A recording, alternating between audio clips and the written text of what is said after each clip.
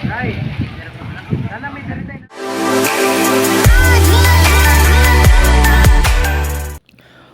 Mga kayamix, kararating lang po natin dito sa Sibulan, Dumaguete. So, may isang property po dito na gusto ko pong bilhin. So, nakita po natin yung agent na nagtambay po sa port. So, kasama ko po siya ngayon. So, ituturo po niya ako sa area kung saan nandoon ang bibilhin natin na lote. Konti na po ito mga kayamix sa 54 square meter.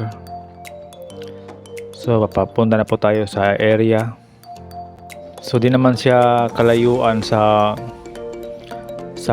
public market. Ito po ang way. Ayan.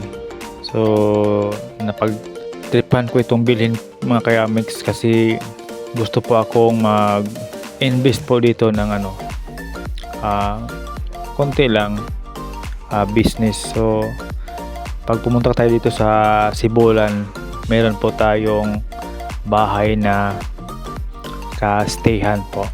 So ito ang public market ng Sibulan.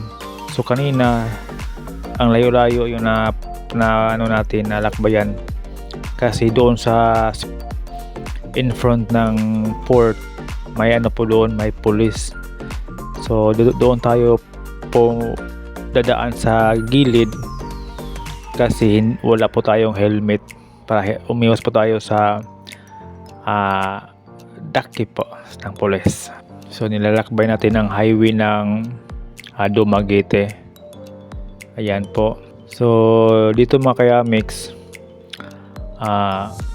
paki-comment lang po kung nagustuhan po ba ninyo ang plano ko pong bilhin na lote.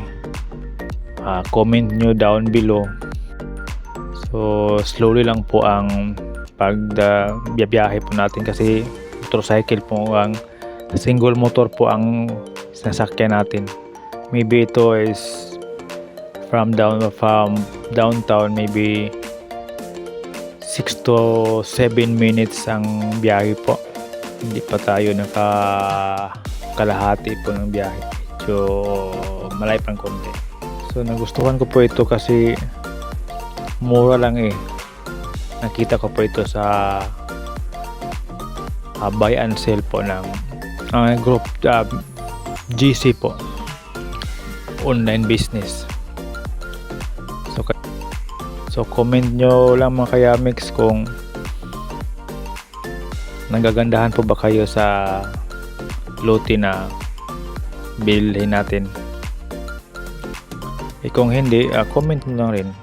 Sa mga hindi pa naka-subscribe, subscribe na po sa aking channel, Williams Vlog. So dito na tayo po. Parang malapit na po tayo. So may may tubig. Yan, naka-coral po siya.